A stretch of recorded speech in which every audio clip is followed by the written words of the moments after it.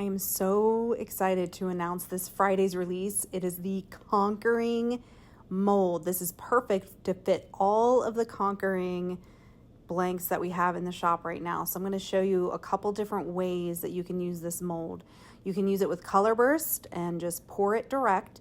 You can use the original formula and add some glitter to it. We're going to do that with the heart. And you can also do chameleon flakes, or you can do any kind of pigment flakes.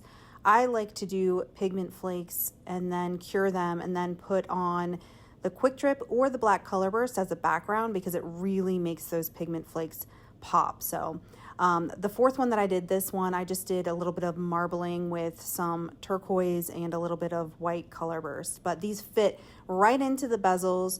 You can just put a little bit of glue in the back if you're doing the closed back ones. If you're doing the open back ones, you just put UV resin on the back to seal it all in and cure it, and it turns out perfect. And this one with the black background is literally my favorite.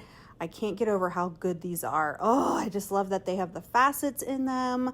So instead of having the flat surface like you guys are used to with these bezels, now you have the facets also. You have a really nice dome on the round ones and the heart and the ovals, but this octangle is absolutely stunning, and there are so many different things you can do with these bezels and this mold. So I hope you guys have a ton of fun making these, and they are simply beautiful.